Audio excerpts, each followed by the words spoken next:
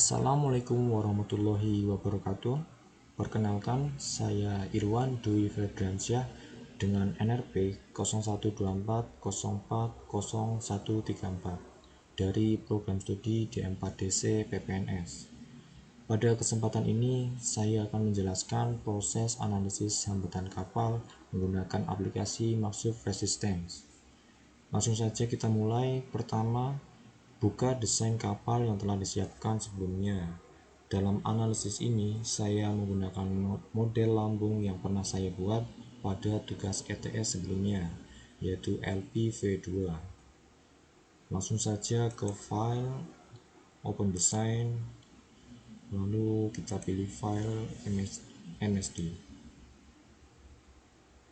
Klik OK. Dan berikut adalah bentuk lambung kapal. Kemudian masuk ke menu analisis dan klik methods.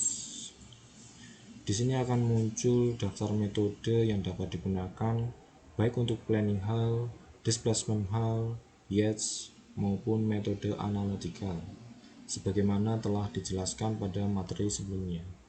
Karena bentuk lambung yang digunakan adalah tipe displacement, maka metode yang sesuai antara lain Holtrop, Kempton, Van Oltmerson, Series 60, dan K-Bridge Resistance. Namun untuk tujuan pembelajaran, kita juga akan mencoba beberapa metode untuk lambung planning seperti Savitsky, Blount and Fogg, Lahtiharju, dan Wyman. Langsung saja kita centang yang kita perlukan. Kemudian klik OK. Setelah kita menentukan metode, kita selanjutnya adalah menentukan speed kapal. Di bagian ini kita atur rentang kecepatan dari minimum 0 knot hingga maksimum 15 knot, menyesuaikan dengan karakteristik kapal yang tidak memerlukan kecepatan tinggi. Setelah selesai, klik OK. Kemudian kita menuju analisis, kemudian klik efisiensi. Pada overall efisiensi ini, pemilihan ini tergantung pada jenis daya yang ingin dihitung. Jika kita ingin mencari EHP, maka cukup menggunakan overall efisiensi. Namun untuk DHP, kita memerlukan informasi mengenai koefisien propulsi yang terdiri dari 3 komponen utama, yaitu efisiensi hull, efisiensi open water, dan efisiensi relatif rotatif. Karena pada analisis ini kita mencari EHP, maka digunakanlah overall efisiensi dengan nilai yang umumnya berada di kisaran 50% hingga 60%. Di sini kita gunakan 55%. Setelah mengatur metode kecepatan dan efisiensi, langkah selanjutnya adalah melihat grafik hasil analisis.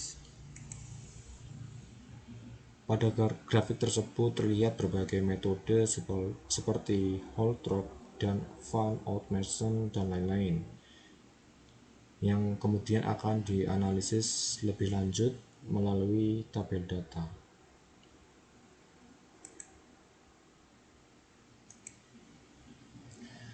Dari tabel terlihat bahwa metode Savitsky pre-planning dan Savitsky planning tidak memberikan hasil pada kecepatan rendah. Bahkan pada kecepatan tinggi pun Savitsky pre-planning tidak bekerja dengan baik. Metode Blount and Fogg dan Lahtiharju juga tidak menghasilkan data pada kecepatan rendah. Karena itu, semua metode untuk planning hull dihapus dari pilihan, sebab metode kapal kita adalah tipe displacement.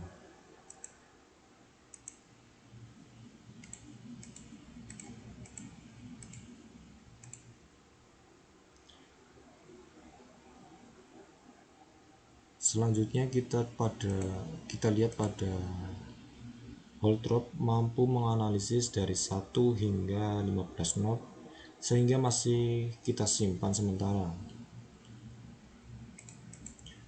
Begitu juga pada Van Mason juga memberikan data dari 1 not hingga 15 not. Namun series 60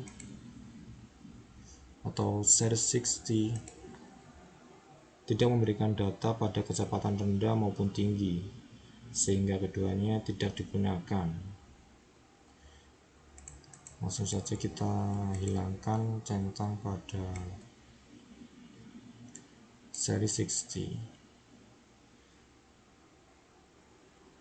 Seri 60 dan Compton.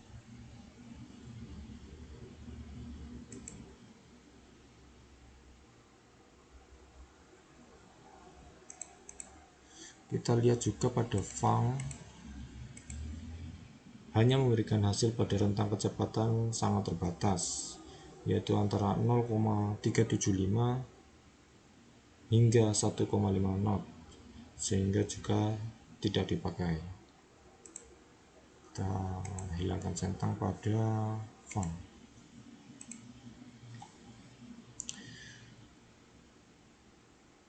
Kini tersisa 3 metode, Holtrop, Van Mason, dan Edwards. Kita lihat pada grafiknya.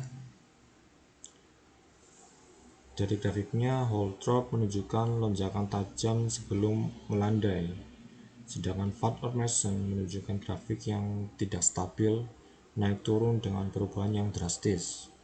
Sementara itu, Edwards memperlihatkan grafik yang landai dan stabil, sehingga secara visual terlihat paling sesuai. Namun untuk memastikan dilakukan pengecekan pada data window. Kita kembali ke data window. Ternyata pada metode Holtrop dan Van Mason terdapat nilai low pada parameter seperti LWL dan draft yang ditandai dengan warna merah, menunjukkan ketidaksesuaian metode tersebut dengan bentuk lambung kapal. Warna orange menandakan kecocokan sedang dan hitam menandakan kecocokan tinggi.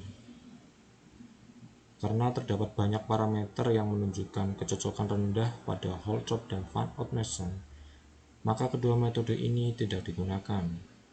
Sebaliknya, Edwards menunjukkan semua parameter dalam warna hitam seperti wedge area dan max sectional area, sehingga dianggap paling cocok. Grafik akhir menunjukkan hubungan antara hambatan kapal dan kecepatan dalam knot.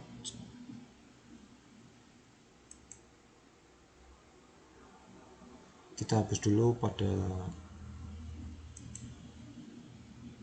yang tidak sesuai, yang tidak kita pakai, yaitu pada Van Mason, Edwards resistant, maksud saya Holtrop, hingga tersisa Edwards.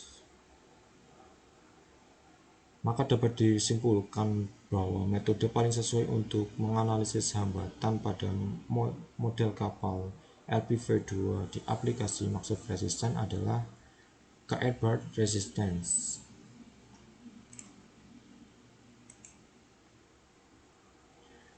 Demikian penjelasan saya mengenai analisis resistan kapal menggunakan maksud resistance.